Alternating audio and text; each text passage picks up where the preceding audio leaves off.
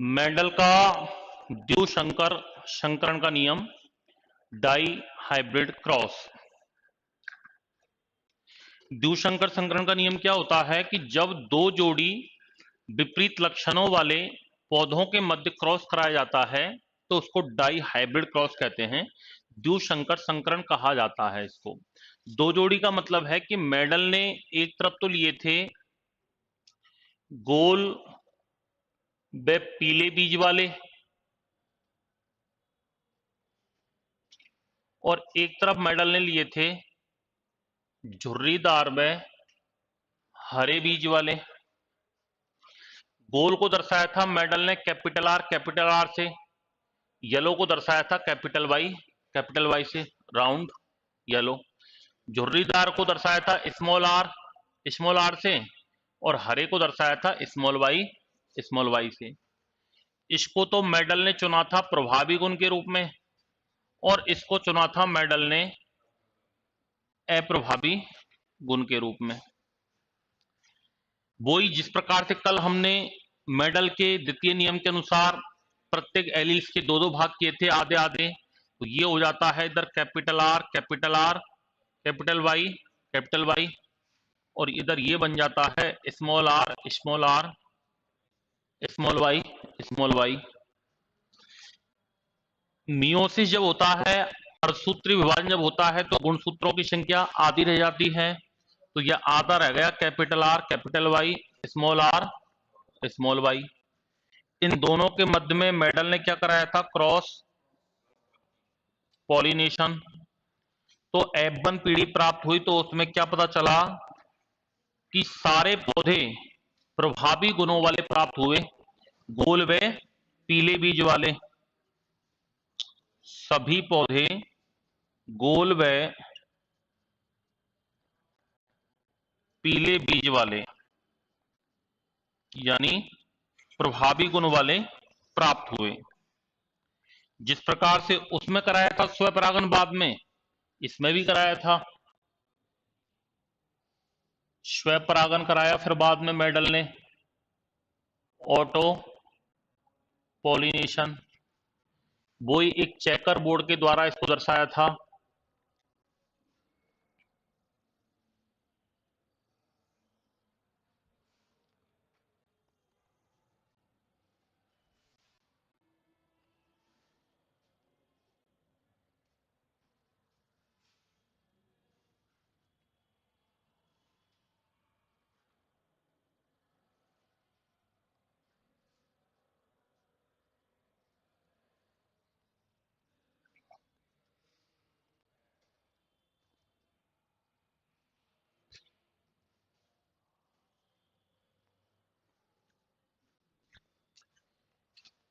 ये नर का साइन है और ये मादा का।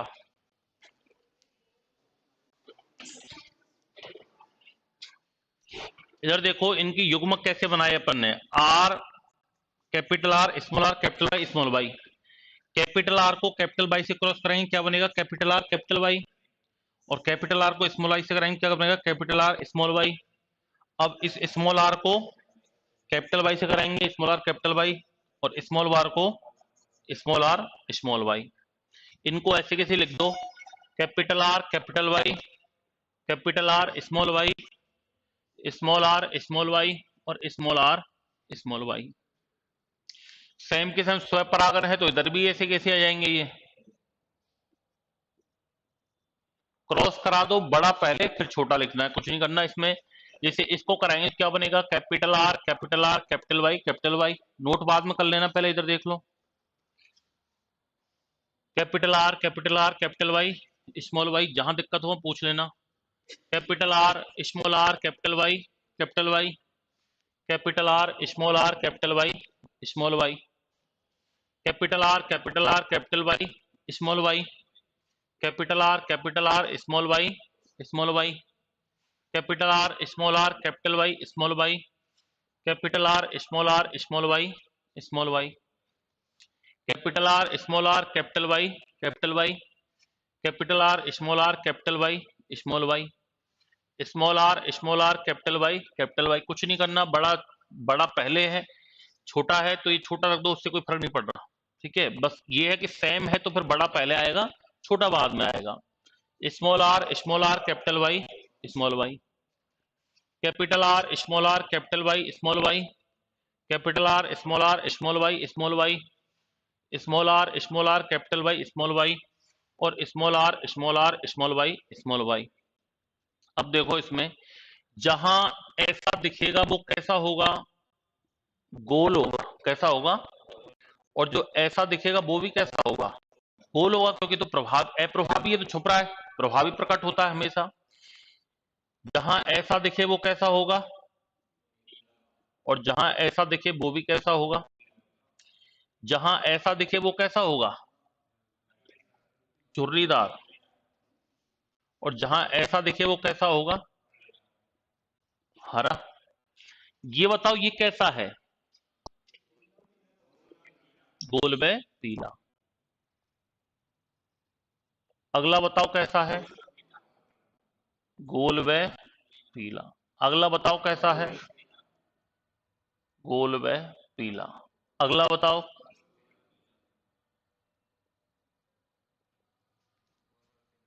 कैसा है, गोल व पीला। ये कैसा है, गोल व हरा। ये कैसा है, ये कैसा है, ये कैसा है। ये बात किसी को समझ में नहीं आ रही है आप में से, ये बात किसी को समझ में नहीं आ रही, आ रही है ना, पीछे आपको आ रही है। ये कैसा है, ये कैसा है, झुर्रीदार व पीला। ये कैसा है, ये कैसा है, ये कैसा है, ये कैसा है, और लास्ट वाला कैसा है। शाबाश, गुड। अब वही मेडल इस प्रकार से समलक्षणी और समजीनी अनुपात प्राप्त हुआ था एकल का, ऐसे ही इसमें प्राप्त होगा समलक्षणी, जिसको कहा जाता है फिनोटाइप रेशो, और एक प्राप्त करेंगे इसमें जीनोटाइप रेशो, जिसको कहा जाता है समजीनी अनुपात।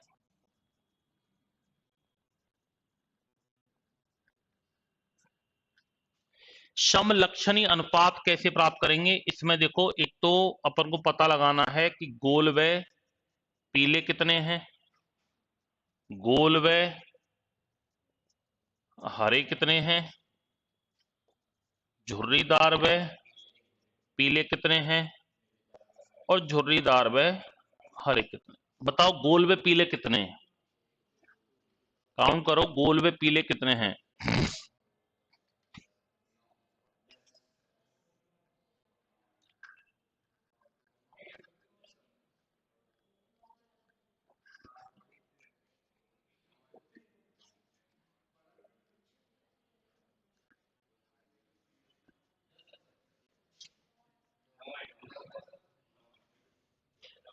गोल व हरे कितने, एक, दो, और झुर्रीदार व पीले कितने, एक, दो, और झुर्रीदार व हरा कितना है। तो मेडल का द्विसंकर संकरण का समलक्षणी अनुपात क्या प्राप्त हुआ, 9 अनुपात 3 अनुपात 3 अनुपात 1। अब समझीनी कैसे निकालते हैं, ये क्या लिखा हुआ है ऊपर, पढ़ो इसको एक बार। R R Y Y, capital R capital R capital Y capital Y. ऐसे कितने हैं इसमें, सेम बिल्कुल एक ही है ना। अगला देखो, अगला कितने हैं, क्रॉस लगा चलेंगे जिससे दोबारा काउंट नहीं हो। अगले देखो, अगले ऐसे कितने, capital R capital R capital Y small Y.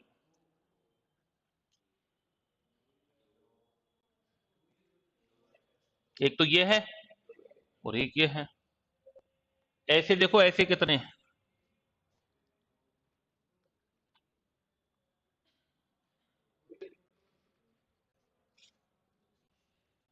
एक तो ये है और एक ये है। ऐसे कितने हैं,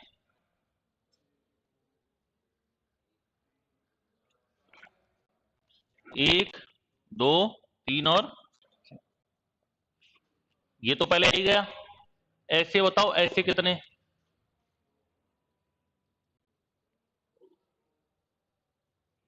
सेम बिल्कुल।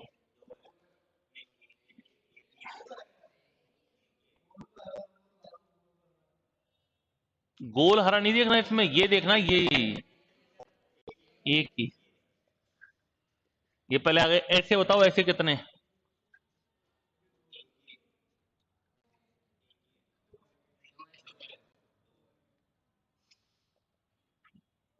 ये पहले आ ही गया। ये आ गया। ऐसे बताओ ऐसे कितने?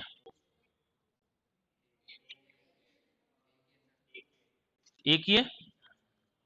ऐसे बताओ ऐसे कितने?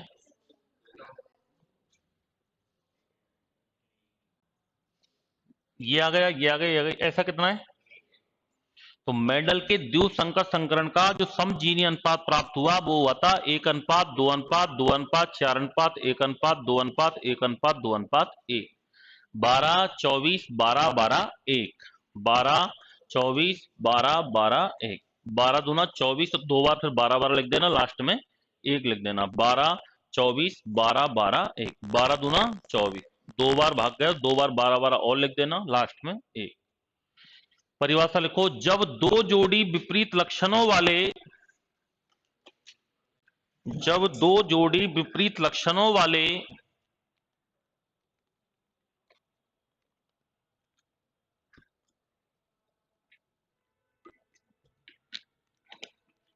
पौधों के मध्य जब दो जोड़ी विपरीत लक्षणों वाले पौधों के मध्य संकरण कराया जाता है, संकरण कराया जाता है,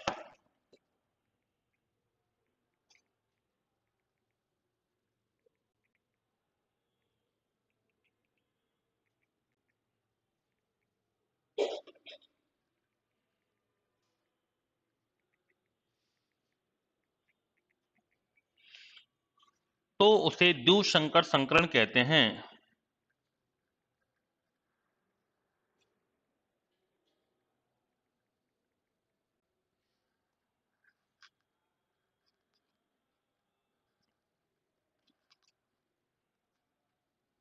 तो उसे द्विसंकर संकरण कहते हैं। अब ये बना लो।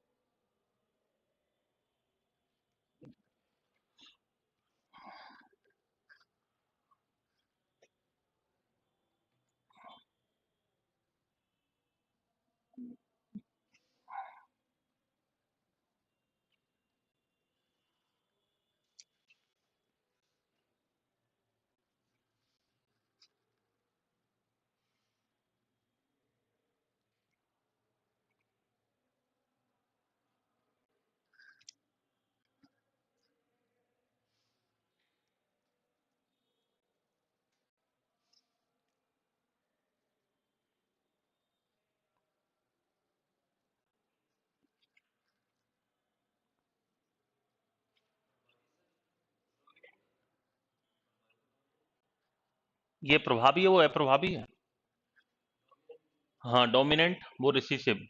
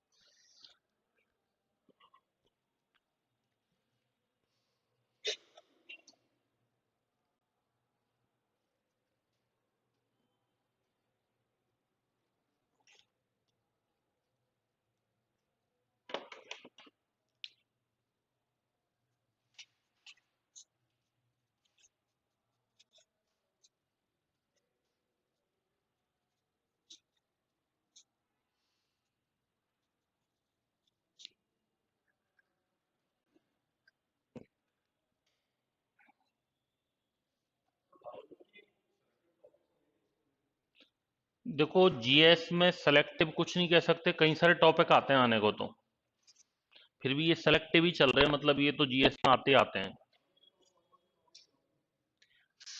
अभी तो हुआ, एक तो ह्यूमन बॉडी हो गई complete, digestion, respiration, excretion, blood circulation, blood group, इसके अलावा antigen, antibody, skeleton system, bones, सब, रिप्रोडक्टिव ग्लैंड्स वगैरह हो गई सारी, पेशी मसल्स वगैरह हो गई सारी।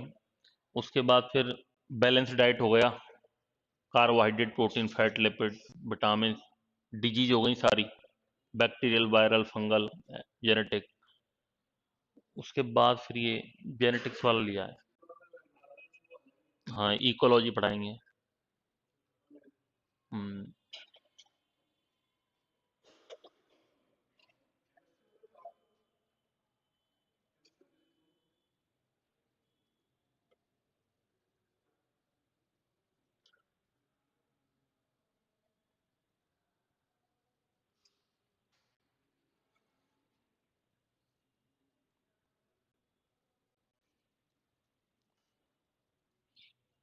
लिख लिया क्या? तो मेडल ने ये दो प्रयोग किए थे। अब इनसे देखो तीन नियमों की उत्पत्ति हुई थी। पहला तो है मेडल का प्रभाविता का नियम, लॉ ऑफ डोमिनेंस। प्रभाविता का नियम यहां से निकलता है कि जब भी प्रभावी तथा अप्रभावी, डोमिनेंट एंड रिसेसिव फैक्टर्स वाले कोई भी प्लांट्स हैं, सीड्स हैं, उनके मध्य में यदि क्रॉस कराया जाता है तो F1 पीढ़ी में, प्रथम जनरेशन में हमेशा प्रभावी गुणों वाले पौधे ही प्राप्त होते हैं। इसको कहा जाता है मेडल का प्रथम नियम, जिसको प्रभाविता का नियम कहते हैं। दूसरा नियम है मेडल का, जिसको कहते हैं पृथक्करण का नियम। और पृथक्करण का नियम यहां से निकलता है कि किसी भी युग्म विकल्पी के दोनों कारक युग्मक जनन की क्रिया के दौरान क्या हो जाते हैं, अलग अलग हो जाते हैं, पृथक पृथक हो जाते हैं, इसलिए इसको लॉ ऑफ सेग्रीगेशन, पृथक्करण का नियम कहते हैं, या इसको युग्मकों की शुद्धता का नियम भी कहा जाता है, law of purity of gametes, युग्मकों की शुद्धता का नियम भी कहते हैं। और तीसरा नियम है जिसको कहते हैं लॉ ऑफ इंडिपेंडेंट असॉर्टमेंट, स्वतंत्र अभ्यूहन का नियम। और स्वतंत्र अभ्यूहन का नियम क्या कहता है कि इस नियम के अनुसार प्रत्येक लक्षण स्वतंत्र होता है, इंडिपेंडेंट होता है, कोई भी लक्षण किसी भी लक्षण के साथ जुड़ करके नए रंग रूप का निर्धारण कर सकता है, कोई भी लक्षण किसी भी लक्षण के साथ जुड़ सकता है। जैसे मेडल ने यहां लिए तो गोल व पीले थे, धुर्रीदार बहरे लिए, फिर जुड़ने के बाद पता चला कि कहीं तो गोल पीले के साथ जुड़ गया, कहीं गोल हरे के साथ जुड़ गया, कहीं झुर्रीदार पीले के साथ जुड़ गया और कहीं झुर्रीदार हरे के साथ जुड़ गया। यानी कोई भी लक्षण किसी भी लक्षण के साथ जुड़ करके नए रंग रूप का निर्धारण कर सकता है। लिए तो गोल व पीले, झुर्रीदार हरे। अब या तो झुर्रीदार व हरे होने चाहिए या गोल व पीले होने चाहिए, लेकिन हो तो क्या गया, गोल व हरा हो गया और झुर्रीदार व हरा हो गया, झुर्रीदार व पीले हो गए। यानी आपस में क्या हो गए, ये मिक्स हो गए। यानी कोई भी लक्षण किसी भी लक्षण के साथ जुड़ करके नए रंग रूप का निर्धारण कर सकता है। इसको कहा जाता है मेडल का तीसरा नियम, स्वतंत्र अव्यूहन का नियम। तो हेडिंग डालो, मेडल के आनुवांशिकता के नियम।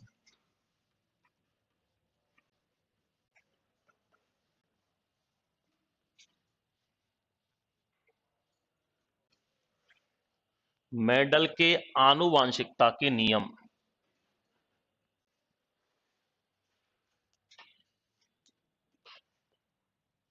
पहला लिखना प्रभाविता का नियम। नीचे लिख लो, मेडल ने 3 नियम दिए थे आनुवांशिकता के। मेडल ने आनुवांशिकता के 3 नियम दिए थे।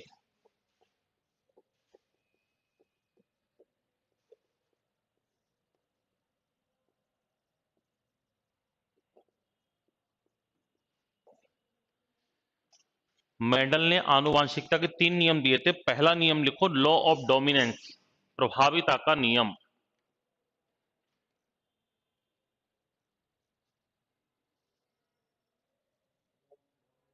Law of dominance.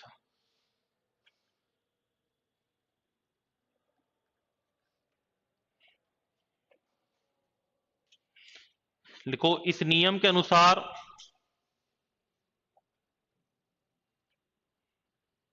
इस नियम के अनुसार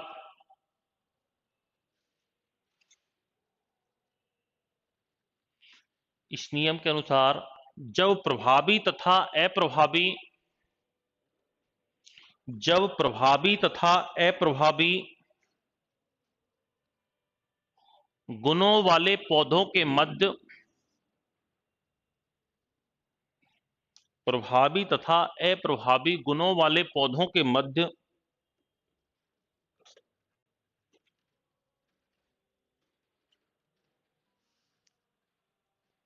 संकरण कराया जाता है, प्रभावी तथा अप्रभावी गुणों वाले पौधों के मध्य संकरण कराया जाता है, तो प्रथम पीढ़ी में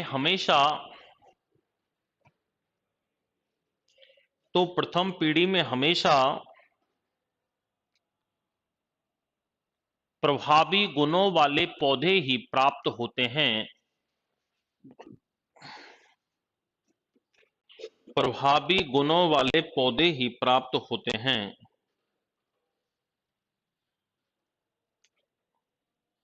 अर्थात जब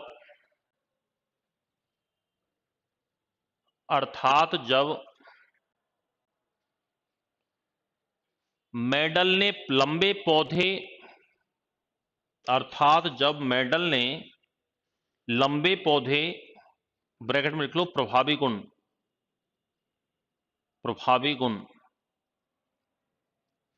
तथा बौने पौधे, ब्रैकेट में लिख लो अप्रभावी गुण। अर्थात जब मेडल ने लंबे पौधे तथा बौने पौधे के मध्य क्रॉस कराया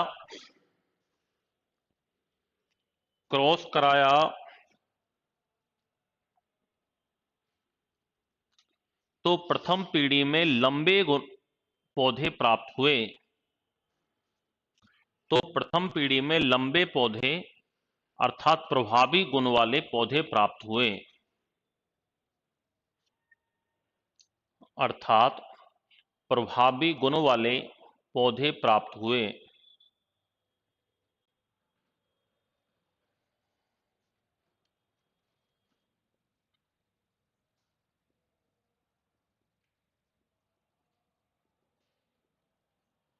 दूसरा लिखो, पृथक्करण का नियम।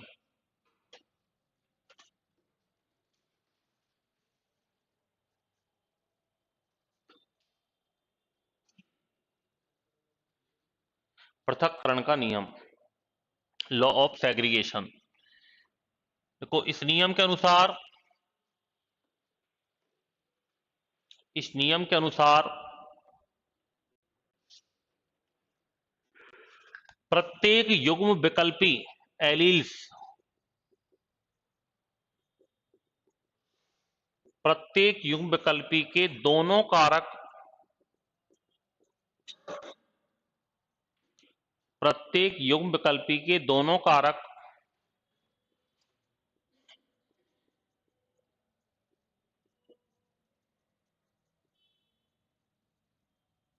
युग्मक जनन गैमेटोजेनेसिस युग्मक जनन की क्रिया के दौरान युग्मक जनन की क्रिया के दौरान अलग अलग हो जाते हैं, अलग अलग हो जाते हैं।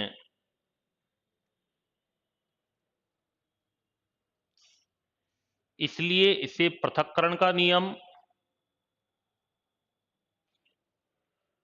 इसलिए इसे पृथक्करण का नियम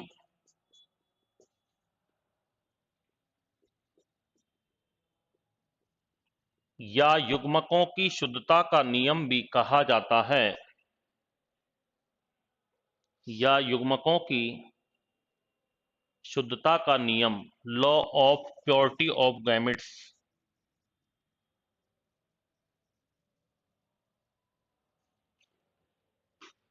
law of purity of gametes युग्मकों की शुद्धता का नियम भी कहा जाता है।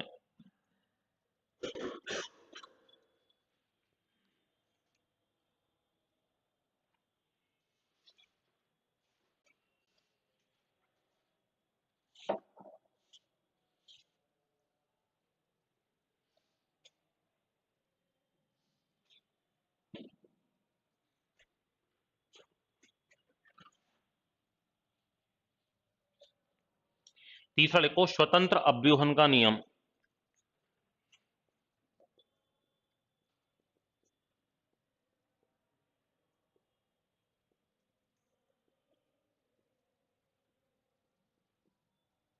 स्वतंत्र अव्यूहन का नियम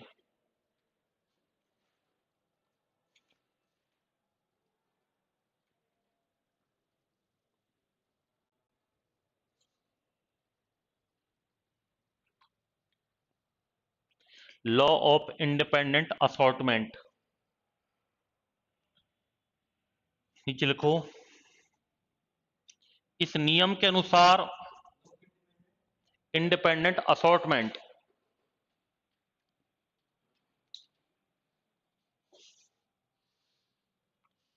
इस नियम के अनुसार प्रत्येक लक्षण स्वतंत्र होता है, प्रत्येक लक्षण स्वतंत्र होता है। अर्थात कोई भी लक्षण किसी भी लक्षण के साथ जुड़कर किसी भी लक्षण के साथ जुड़कर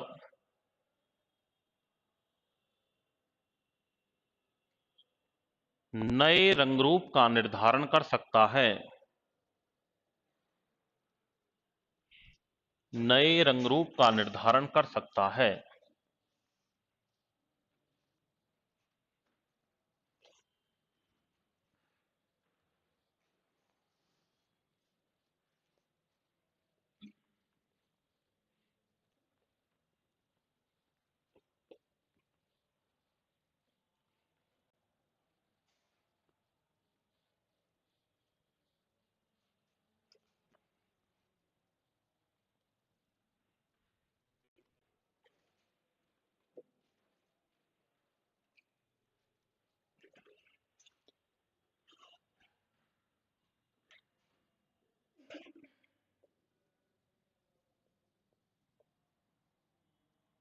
हेडिंग डालो पारिस्थितिकी,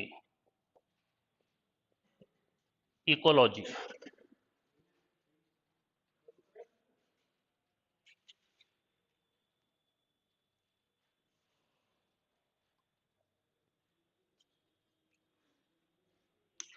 इकोलॉजी पारिस्थितिकी क्या होती है?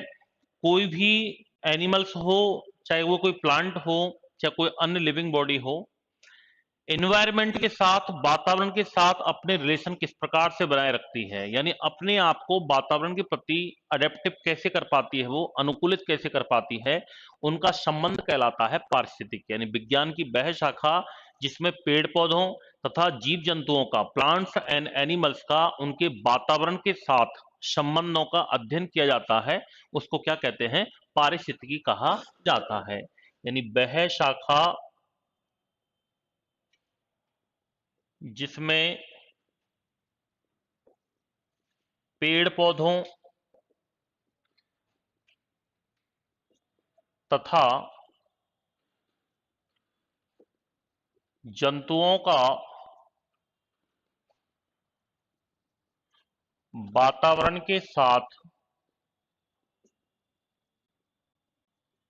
संबंधों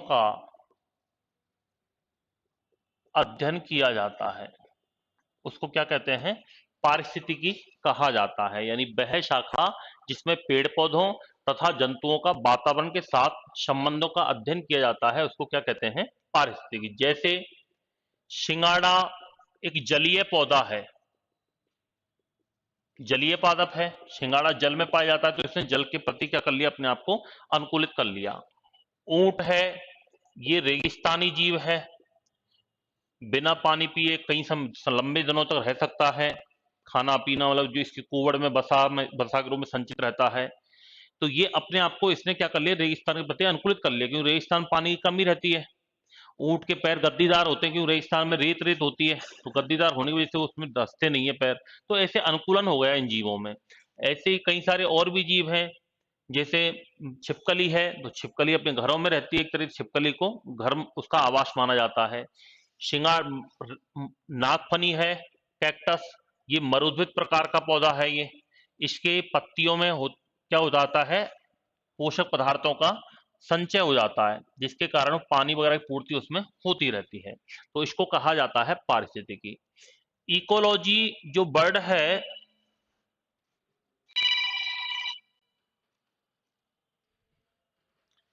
इकोलॉजी बर्ड है, इसका सबसे पहले यूज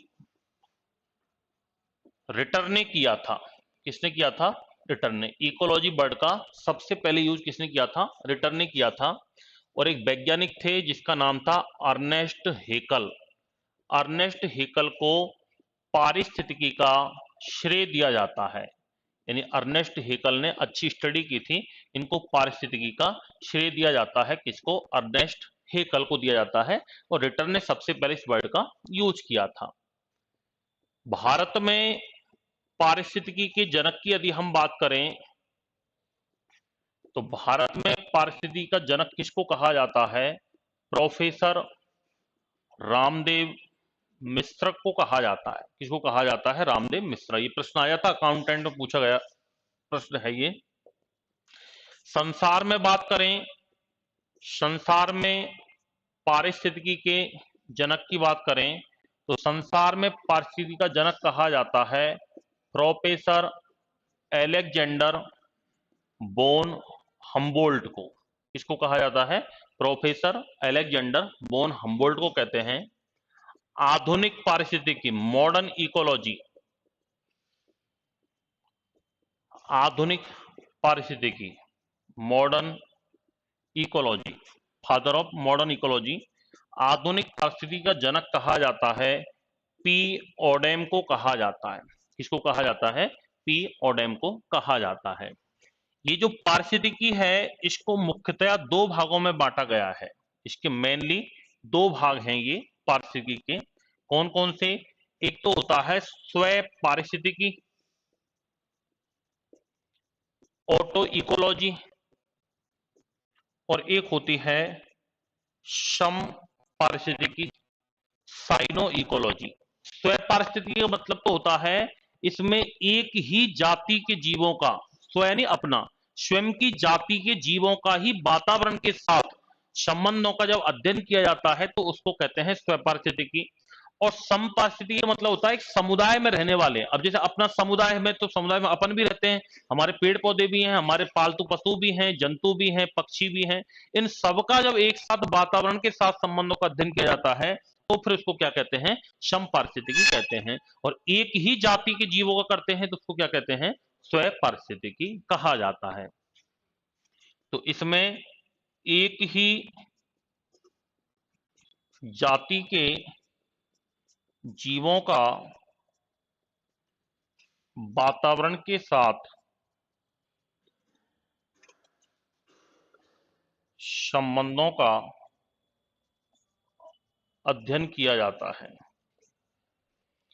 और इसमें एक समुदाय में रहने वाले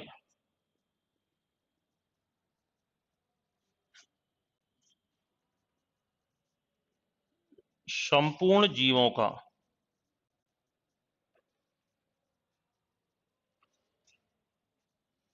वातावरण के साथ संबंधों का अध्ययन किया जाता है। तो ये स्वपारिस्थितिकी है, ये समपारिस्थितिकी है। ऑटो इकोलॉजी, इसको साइनो इकोलॉजी।